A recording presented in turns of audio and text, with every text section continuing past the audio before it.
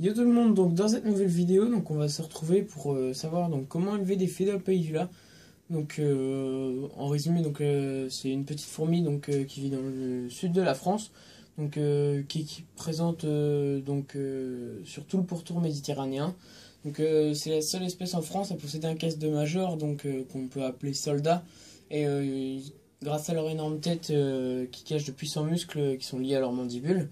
Donc ces soldats, ils ont pour tâche principale de découper les proies, mais enfin ils restent un atout majeur lors des conflits. Donc ils servent aussi de garde-manger vivants parce qu'ils peuvent emmagasiner une grande quantité de nourriture.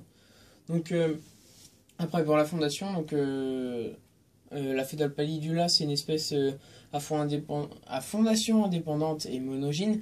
La reine elle va élever seule sa première génération d'ouvrières. Pour cela, il suffit juste de la placer dans un tube muni d'une réserve d'eau et attendre une trentaine de jours avant de voir naître les premières ouvrières. Après la fondation, quand on a la première génération d'ouvrières, faut connecter le tube à une aire de chasse, mais faut faire gaffe, faut mettre un bon anti-évasion ou avoir un ADF, enfin aire de fourragement ou ADC, aire de chasse fermée. Parce que ces fourmis-là, elles arrivent à s'évader d'à peu près tous les systèmes d'anti-évasion.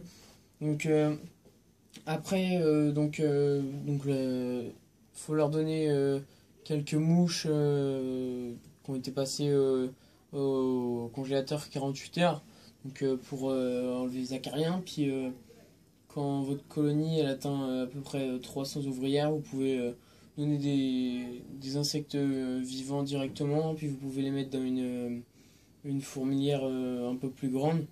Donc après, le nid, il faudra qu'il soit blindé, c'est obligatoire, parce que même si elles sont petites, les mandibules, surtout celles des majors, elles sont les plus efficaces des espèces françaises. Et un nid en plâtre ou en béton cellulaire, ça durera quasiment ça durera que quelques semaines. Même si elles ont beaucoup de place, voilà. Donc la hauteur des galeries, il faut faire 0,5 cm. Et vu qu'elles sont petites, quand elles trouveront une faille, elles pourront sortir. Je vous conseille de mettre quand même du silicone, mais par contre, il faut en mettre sans solvant, parce que sinon ça tue les fourmis.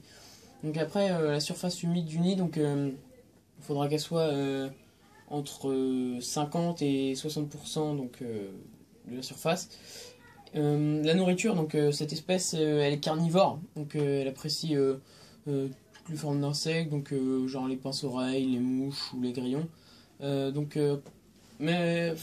la colonie elle devient très populeuse, vous pouvez aussi la nourrir avec des liquides sucrés, mais faut faire gaffe, faut mettre dans un coton parce qu'elle risque de se noyer.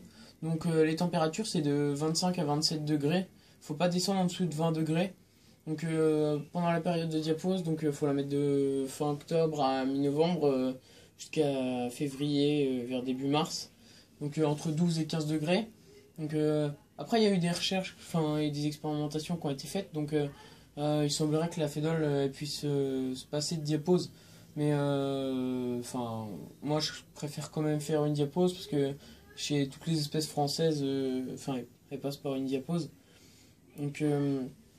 Après, pour en récolter, l'essaimage il se fait de juin à juillet. Voilà. Moi, ma Phédol, elle est en tube, mais avant, elle avait à peu près une dizaine, une vingtaine d'ouvrières, mais il y a eu une attaque d'acariens, voilà. On se retrouvera pour une prochaine vidéo.